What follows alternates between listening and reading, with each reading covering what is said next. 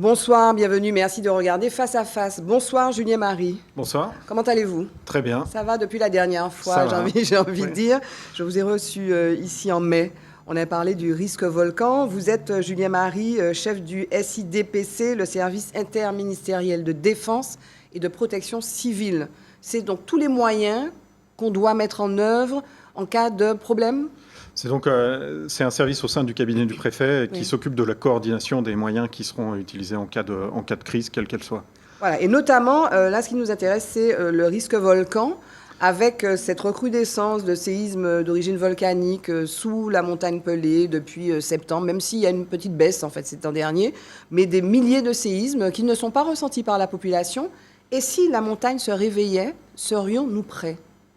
Oui, nous avons des procédures donc, dans les dispositions Orsec, volcan ou général, qui nous permettront de faire face si jamais il se passait quelque chose. La montagne Pelée est fortement surveillée, principalement pour l'OVSM, donc ça devrait nous permettre d'avoir un niveau d'alerte qui monte progressivement si jamais le risque s'accentuait, pour pouvoir aller jusqu'à déclencher des évacuations si nécessaire. On va y venir tout à l'heure, mais est-ce que précisément cette recrudescence d'activité sous la montagne a généré, du point de vue de votre organisation, un éveil spécifique? Est-ce qu'on est déjà dans la disposition ou le plan Orsec Volcan?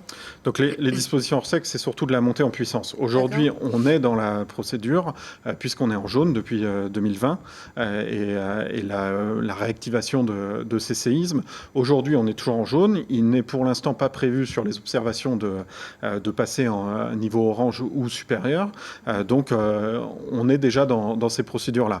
Ensuite, les dispositions Orsec prévoient des différents scénarios d'éruption, et donc à travers ces scénarios, les zones qui seraient impactées selon où est-ce qu'il y aurait une coulée, une sortie de magma ou autre, et par rapport à ça et ce qui serait observé par les scientifiques, on sera capable de mettre en place des procédures d'évacuation ou autres telles que prévues dans les procédures. C'est quoi les grandes thématiques ou les grands chapitres de ce plan Orsec Volcan? Et d'ailleurs, est-ce qu'il est fini? Est-ce qu'il a, parce que à l'occasion de la mise sous vigilance jaune en décembre 2020, donc il y a eu une réactivation de ce plan Orsec Volcan qui n'avait pas été revu depuis de nombreuses années. Est-ce qu'il est fini? Parce que ça requiert la participation des communes, de beaucoup d'organismes, d'organisations. Est-ce qu'il est bouclé? Oui, donc c'est bouclé. Après, des procédures Orsec, en fait, ont une vie constante. C'est-à-dire qu'il faut toujours les mettre à jour.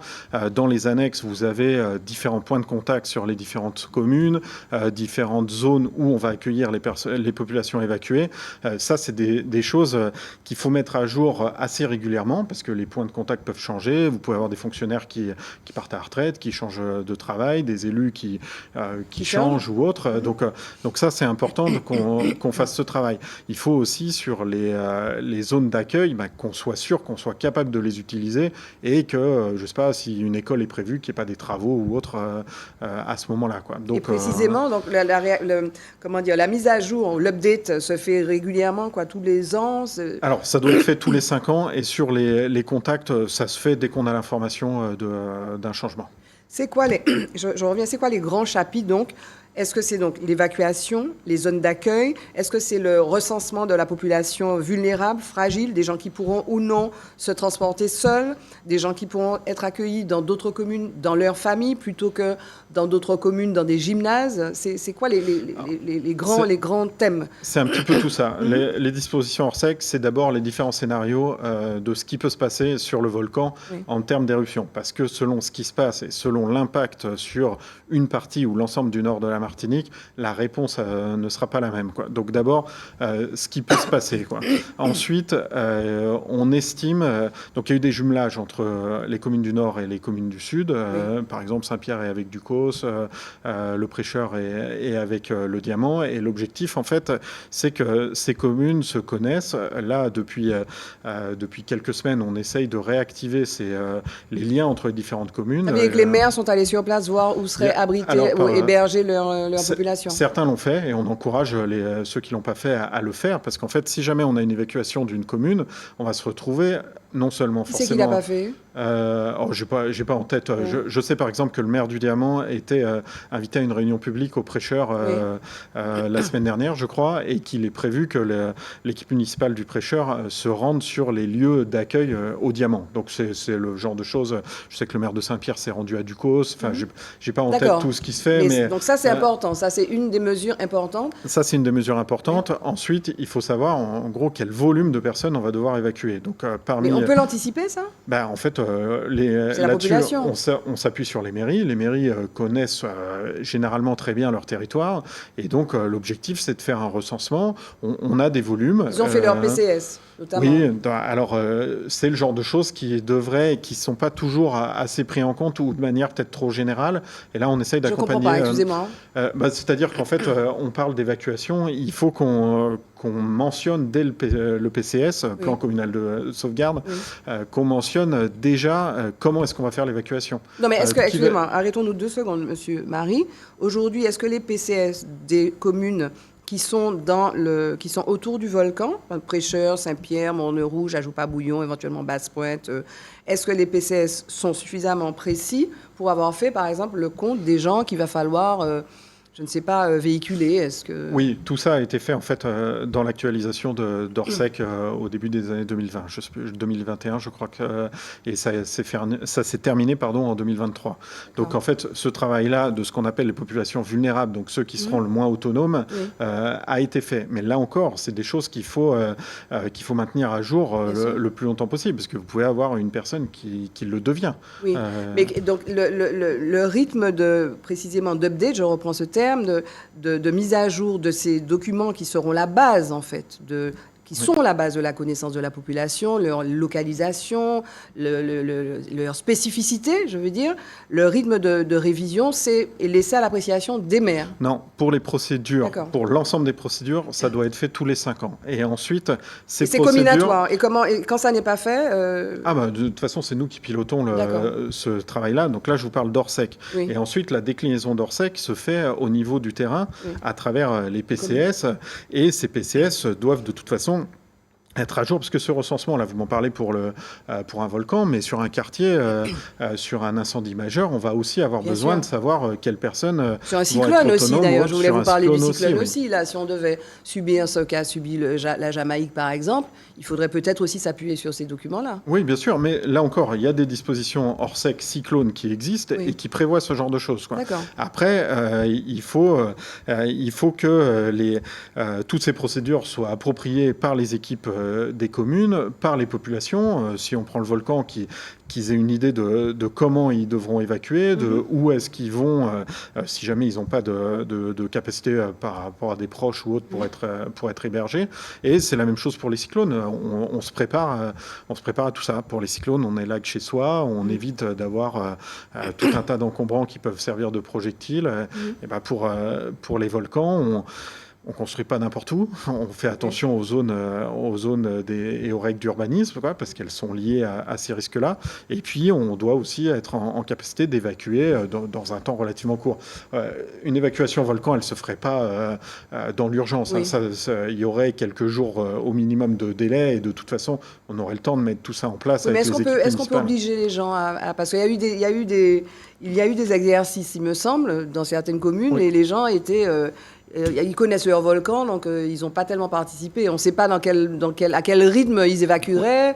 Et puis s'ils évacuent, il y a la question aussi de la sécurité des biens après. On ne sait pas combien de temps ça dure, d'ailleurs, l'éloignement des maisons, des domiciles. Alors là, il y a plusieurs choses dans ce que vous me dites. La première, sur les exercices. Le dernier a eu lieu en 2022.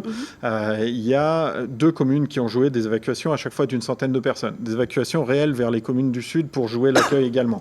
Donc ça, c'est bien. Ça nous a permis d'avoir un retour d'expérience sur ce qui fonctionne, ce sur quoi il faut corriger certaines choses. Donc là, l'objectif, le préfet a demandé à ce qu'on fait un gros exercice de sécurité civile chaque année. Le préfet a demandé à ce que celui celui de 2026, soit fait sur le volcan. D'accord. Avec la consigne qui Ça nous a quand été donnée. Ça quand C'est pas encore défini, mais je pense avril ou mai 2026. D'accord.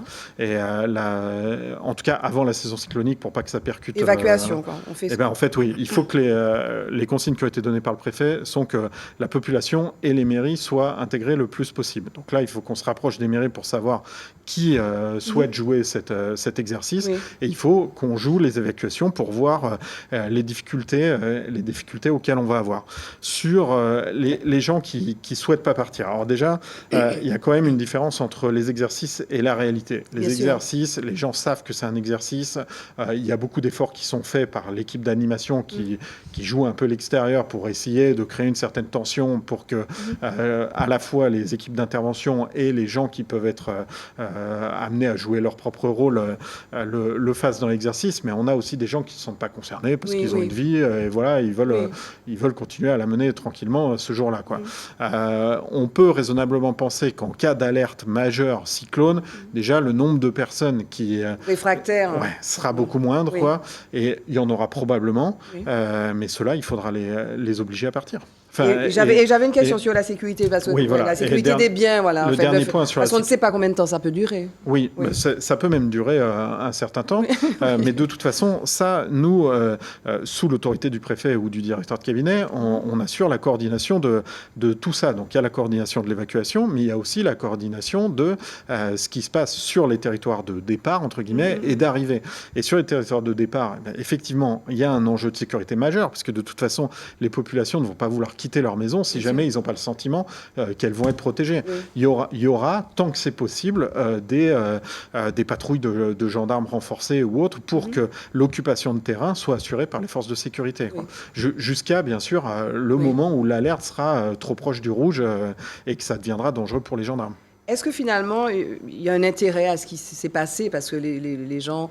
Certains peuvent avoir peur avec cette recrudescence de séisme. Est-ce que l'intérêt, c'est pas de sensibiliser, de continuer à nous sensibiliser à ce risque volcan qui est réel? Oui. Alors je pense pas qu'il faille avoir peur, parce que en fait on est prêt, on a des procédures, il faut qu'on s'entraîne, il faut que chacun se les approprie. Et c'est sûr que en termes d'appropriation, la situation actuelle a un énorme avantage, c'est que tout le monde est beaucoup plus concerné par le risque volcan. Souvent en Martinique, on s'intéresse beaucoup et on connaît bien le risque cyclone, parce que le risque cyclone, il y a une saison annuelle et les autres passent peut-être au second plan. Là, finalement, à nous de saisir l'opportunité du fait que les gens sont réceptifs à ce qu'on peut leur dire sur les procédures, les bonnes pratiques en matière de préparation.